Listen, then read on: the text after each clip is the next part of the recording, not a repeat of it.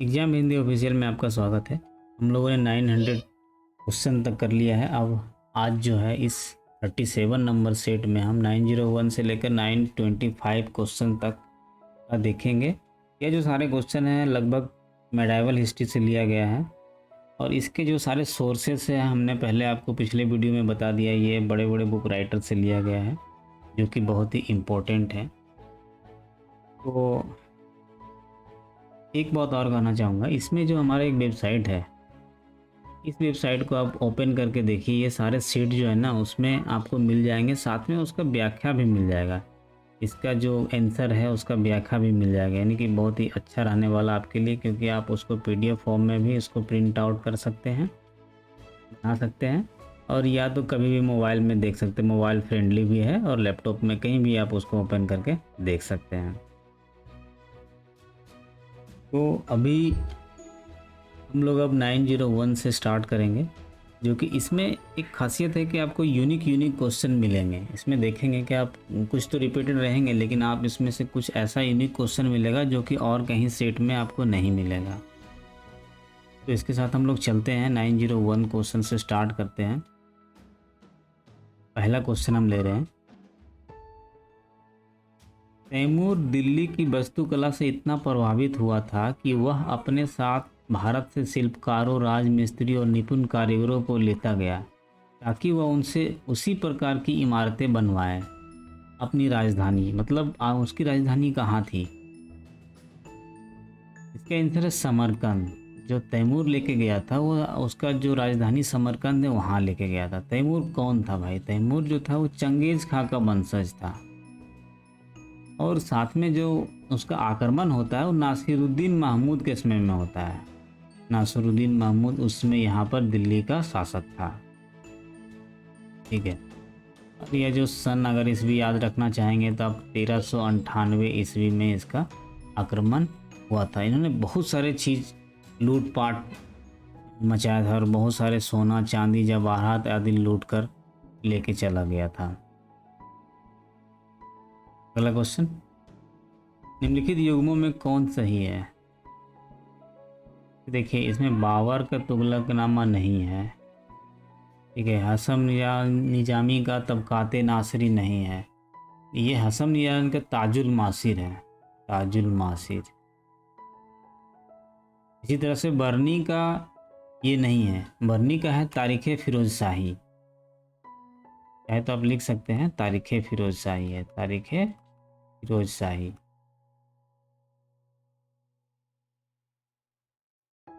यह अल्बेरिनु है, इसका तारीख़ हिंद, ये सही है। तारीख़ हिंद कह सकते हैं या तो फिर किताबुल हिंद कह सकते हैं, इसको किताबुल हिंद भी कहते हैं, किताबुल हिंद भी कहते हैं। नेक्स्ट क्वेश्चन चलते हैं। एक स्टेटमेंट है कि उत्तर भारत पर तुर्कों की विजय का एक महत्वपूर्ण पहलू नगरीय क्रांति थी। एक इसका स्टेटमेंट है। तो ये स्टेटमेंट जो है ये मोहम्मद हबीब का है, इन्होंने ही स्टेटमेंट दिया था ये। नेक्स्ट क्वेश्चन, निम्नलिखित इतिहासकारों में से कौन अलाउद्दीन खिलजी के दक्षिण अभियान में उसके साथ था? ये लगभग मोस्ट रिपीटेड क्वेश्चन है दोस्तों। तो यह जो है यह अमीर खुसरो जो था यह दक्षिण अभियान में इसके साथ में है, और उसका जो वर्णन किया है वो खजाइन उल फुतूह में किया है। जो यहाँ पर दक्षिण अभियान किया था उसका जो वर्णन किया है यह इस किताब में किया है, फुतूह में किया है। नेक्स्ट क्वेश्चन, निजामुद्दीन जुनैदी वजीर था, यह इल्तुतमिश का वजीर था। इन्होंने ही क्या किया था? रजिया का विरोध किया था। नेक्स्ट क्वेश्चन, अमीर खुसरो ने अपनी प्रसिद्ध मनसबी आशिका किसके शासनकाल में लिखी थी? तो अमीर खुसरो जो लिखते थे अलाउद्दीन खिलजी के शासनकाल में लिखा था उन्होंने। एक्चुअली वहाँ गुजरात के राजा जो करण की पुत्री थी देवल रानी, ठीक है, देवल रानी को का विवाह जो है अपना पुत्र खिज्र शाह के होता है, खिज्र खां के साथ में कर दिया था, और उसको एक प्रेम विवाह की तरह दर्शा दिया था। तो इस बुक में यही वाला है। नेक्स्ट क्वेश्चन, निम्नलिखित में से कौन सा एक अष्टभुजीय मकबरा है? तो यह जो था सिकंदर लोदी का जो मकबरा है यह अष्टभुजीय है। इस पर दोहरे गुंबद का भी प्रयोग किया गया। अब देखिए 908 क्वेश्चन, निम्नलिखित में से विजयनगर के किस शासक ने तुर्की धनुषधारियों को नियुक्त किया था? यह भी एक इम्पोर्टेंट क्वेश्चन है, मोस्ट रिपीटेड क्वेश्चन है। यह जो देवराय फर्स्ट जो था, इन्होंने ही तुर्की धनुषधारियों को नियुक्त किया था। यानी कि आप बोल सकते हैं कि मुस्लिम लड़ाकों को, तो मुस्लिम लड़ाकों को जो इन्होंने नियुक्त किया था ये थे देवराय फर्स्ट। इन्होंने लगभग 10,000 की नियुक्ति की थी। इसका शासन जो था 1406 से लेकर 1422 ईस्वी तक बीच में। यहाँ तक कि उनकी जो एक पुत्री थी, बेटी का विवाह उन्होंने फिरोज शाह बहमनी के साथ कर लिया था। ठीक है, इनके दरबार में एक संत रहते थे श्रीनाथ, और इसकी कीर्ति क्या है? हरविलास। इनकी कीर्ति है हरविलास। इन्हीं के समय में जो है देवराय फर्स्ट के समय में निकोलो कोंटी आया था, निकोलो कोंटी। नेक्स्ट क्वेश्चन देखते हैं, निम्नलिखित विदेशी यात्रियों में से कृष्णदेवराय के शासनकाल में आने वाले 2 पुर्तगाली वासी कौन थे? तो 2 जो पुर्तगाल वासी थे इसमें से कूट के अनुसार जो है इसमें एक्चुअली आए थे ये डोमिंगो पाइस और बारबोसा आया था। एक डोमिंगो पाइस था, एक था बारबोसा। ठीक है, तो चूँकि इससे निकटतम मिला जुला जो है फर्नोनीज जो था वो लगभग 1200-1530-35 के लगभग आया था। तो इसलिए इसका जो आंसर हो जाएगा 3 और 4 हो जाएगा, यानी कि बी को माना गया है। नेक्स्ट क्वेश्चन, विजयनगर साम्राज्य में अमरम शब्द का अर्थ क्या है? अमरम जो होता था वो सैनिकों को दिया गया अनुदान होता था। ठीक है, क्योंकि सेना को खर्च चलाने के लिए कुछ चाहिए ना, तो उसको जो अनुदान देते थे उसको अमरम भूमि कहा जाता था, और जो सेना होता था उसको अमर नायक बोला जाता था। अब नेक्स्ट क्वेश्चन, निम्नलिखित सूफी कृतियों में कौन सी पुस्तक 11वीं शताब्दी के शुरू में लाहौर में रची गई थी? एक कश्क उल महजूब जो है यह जो है रची गई थी, और इसके जो लेखक जो है हसन उल जबरी थे। ठीक है, जिसको क्या बोलते हैं? दाता गंज बख्श भी बोलते हैं, दाता गंज बख्श भी बोला जाता है। नेक्स्ट क्वेश्चन, निम्नलिखित सूफियों में से किसने भारत को पृथ्वी का स्वर्ग कहा है? यह जो है अमीर खुसरो ने कहा है भारत को स्वर्ग बोला। उनने बोला गर फिरदोस जमी अस्त वो हमी अस्त वो हमी अस्त, अर्थात धरती पर यदि कहीं स्वर्ग है तो यही है, यही है। यही जो पंक्ति है जहांगीर ने कश्मीर के एक बाग में जो है लिखवाया था।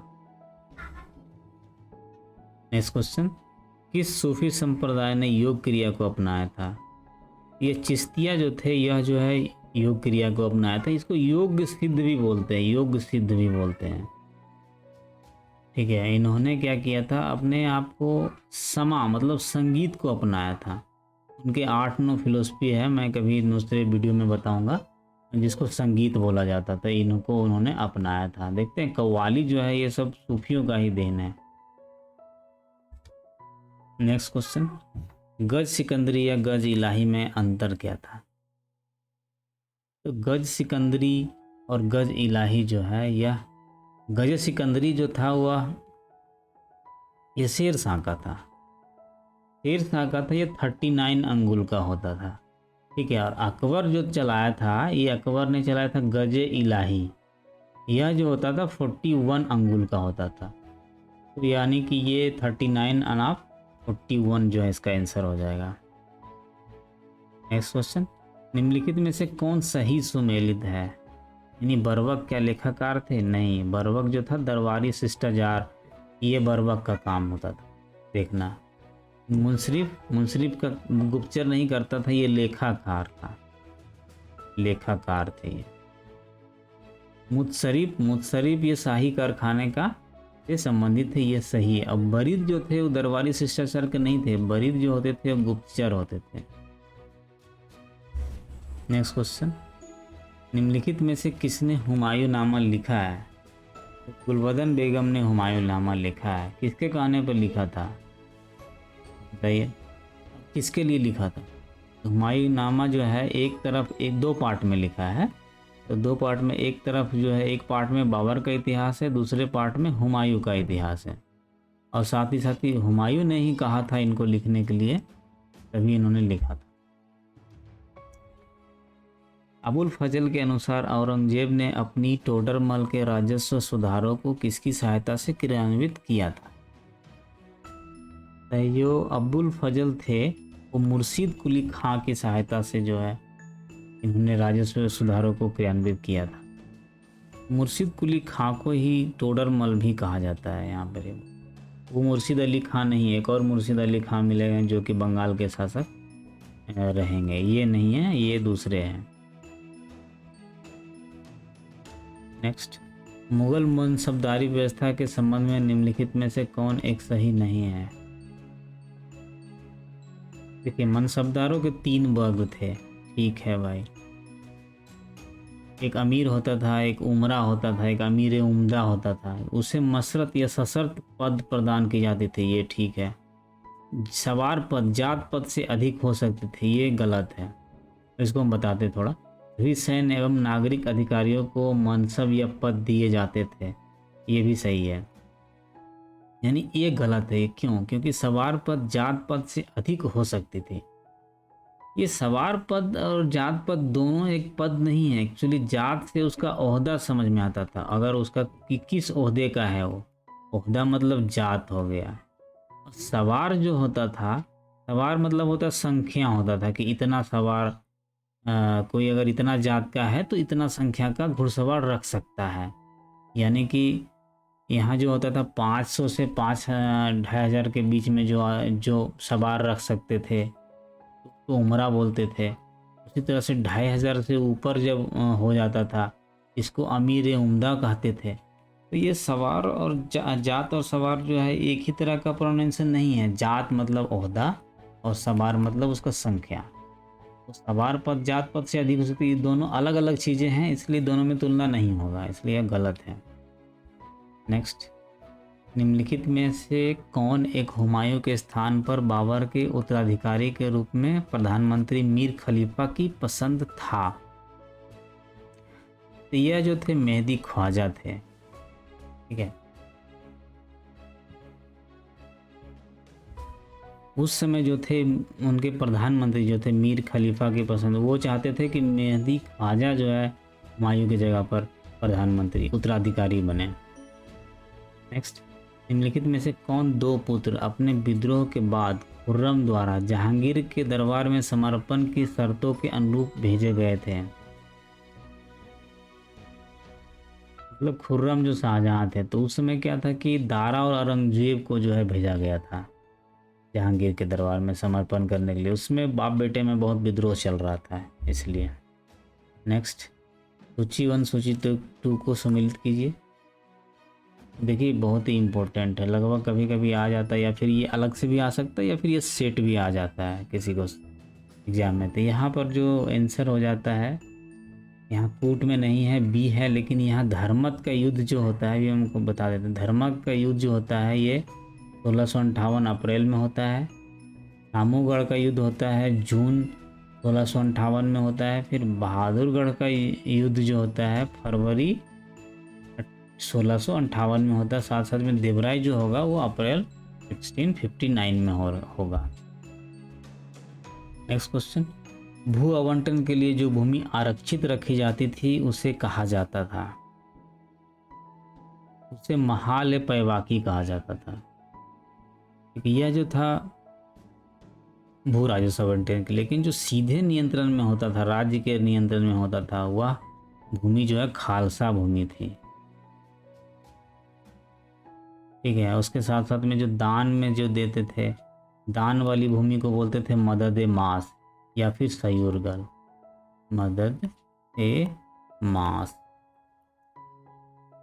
नेक्स्ट क्वेश्चन, निम्नलिखित मुगल सेना नायकों में से कौन एक बुंदेलों के विरुद्ध शाहजहां द्वारा नहीं भेजा गया था? ये जो थे दारा सिकोह थे। ठीक है। नेक्स्ट क्वेश्चन, निम्नलिखित बादशाहों में से किसकी सेना में सर्वाधिक संख्या में दक्कनी अमीर थे?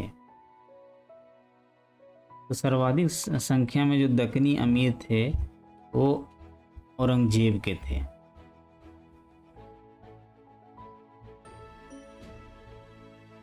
कृषि उत्पादन में भू राजस्व के रूप में राज्य का हिस्सा शिवाजी के भूमि कर व्यवस्था में कितना था? तो यहाँ पर देखिए 33% जो थे वह जो था भू राजस्व का हिस्सा, बाद में ये लगभग 40% हो गया था। तो कहीं अगर 33% है तो भी आप मार सकते हैं और 40% होगा तभी आप इसको टिक लगा सकते हैं। इसके साथ ही हमारा जो 925 तक हमारा यह क्वेश्चन आंसर का सेट समाप्त होता है। आशा करता हूँ कि आप लोग इसको पसंद कर रहे हैं, उसके लिए बहुत बहुत धन्यवाद।